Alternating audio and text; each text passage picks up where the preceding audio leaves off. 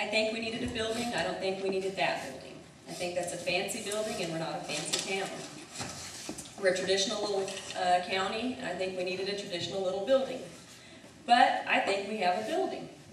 I do not think that we're going to, I don't think that the continued lawsuits or anything else are going to help. I think that we have contractors and architects, and if you drive by the courthouse, you will see that there's a started project.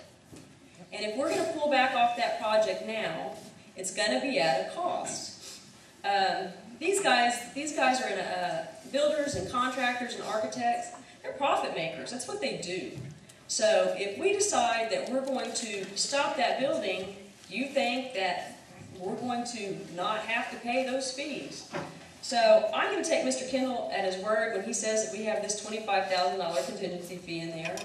And I'm going to say we're going to go forward with that building. And I think we could have done better. I think we could have done cheaper. For what we built this annex, we could have bought the mansion. We'd had 3 stories and some roaming land. But we don't have 3 stories and roaming land. We have a building, and we're going to have to make do with what we have. I think the mansion would have been a better choice, but you know, it was already there, it fit in the seam. So anyway, I think that the building's a done deal. I think that we need not keep harping on the fact that we can stop something and then pay costs that are more cost. They're just cost. It just keeps going cost. We're in a catch-22. Where does the cost stop? If we're going to stop spending, let's just stop. Thank you, Ms. Shaw. Mr. Tennant. Well, I don't want to put words in the Honorable Ms. Shaw's mouth, but it sounded to me like she said, when you beat, you quit. And I don't think anybody I've met in Karnes County acts that way. Jackie Lott doesn't act that way when he's chasing a steer through the brush.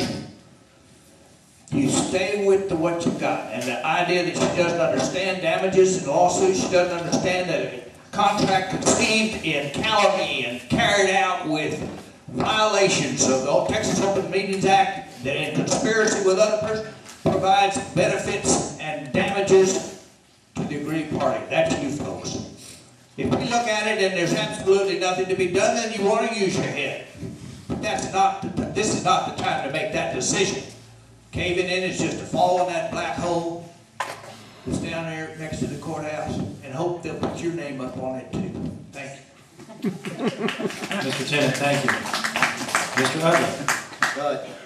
Yes, and I'm afraid Barbara doesn't know a whole lot about contractual obligations. I totally agree with Mr. Tennant, and she keeps 2 or 3 times talking about it. There are other ways that you deal with it.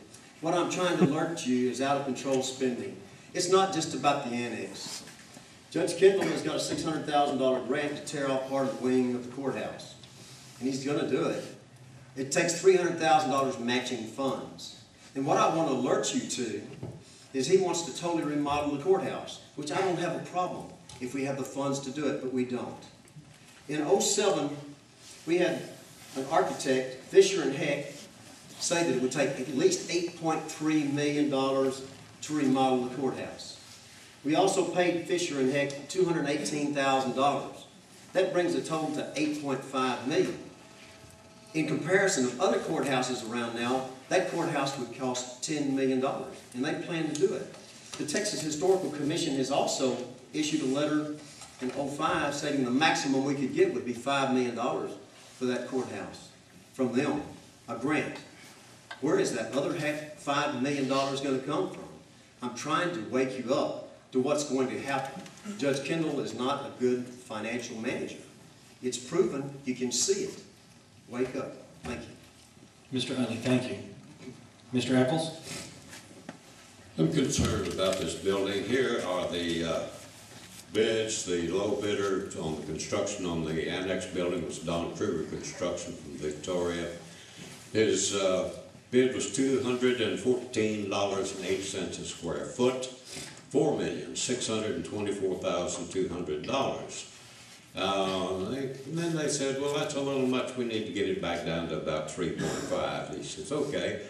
I have on here this multi-purpose room, which is the courtroom, for $620,000. I'll just leave that unfinished. Y'all finish it when I get through. And the shelf room, $210,000, parking lot, $276,000, landscaping, $58,000. All these things are going to be left undone for us to do after they get through building the building. So the cost is still going to be there. And then you've got to come back and add the architect's $280,000 or whatever it is, and you're getting up close to $5 million. Today, there was a commissioners court meeting, and there was a group, and they own a rest home here in Karnes City. They want to build a retirement home in Karnes County. That's great, it's fantastic. They already bought the land. And he says, we're going to build a $4.5 million, 70,000 square foot building.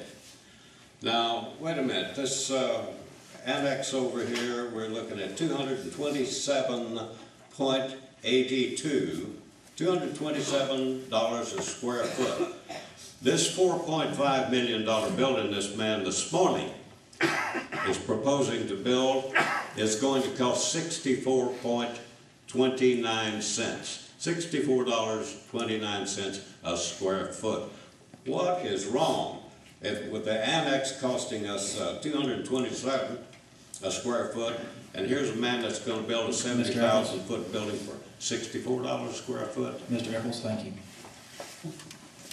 Mr. Kendall, 1 minute.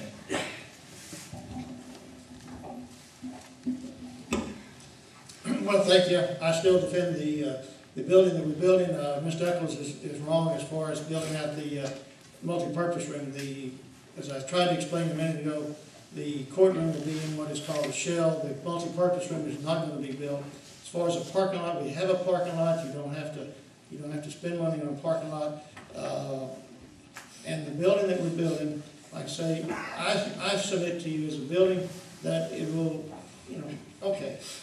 You may say, I don't want to spend this money, but we're building a building that's going to be here 50, 75, 100, maybe plus years, just like our courthouse has. Our courthouse needs to be repaired. Otherwise, it's going to be crumbling to the ground. If you go look at that courthouse, you see what needs to be done. And we're building for the future and building so people understand that we're willing to invest. We ourselves are willing to invest in this community. And you can't ask people to come put their money in this county unless you show that you're willing to invest in yourself. And I submit that the building is appropriate. And I would not have, I voted positive on all these matters. Thank you. Mr. Kendall, thank you. Ms. Shaw, 1 minute. Rest assured you, I won't quit till the voters tell me I'm going to quit. But I think where we're at here is we keep going on and on about this building. We're either in agreement with the lawsuit or we're not in agreement with the lawsuit. But one word, you keep hearing one word up here. Is there something? Are we detecting a pattern? Lawsuit, lawsuit, lawsuit, lawsuit, lawsuit. Stop the lawsuits. We're a community. We need to be put together community. We need to be brought back together, not pulled together with all these lawsuits. They've got to stop. They've got to stop somewhere. I mean, you go around threatening people. You know what? I'm going to sue you. I'm going to file me a lawsuit. Well, you just go ahead. For what? I mean, breathing your air? Let's stop already. We're going to see each other in Walmart. We're going to see each other in HEB. We're going to live in this county. You can't choose to shop on the north end or the south end. We're all going to be here together. And so, let's make the best of what we have. We can tear this community apart with lawsuits. We can rip each other to pieces and to shreds. And it's not going to have a very, very good effect. Thank you, Ms. Shaw.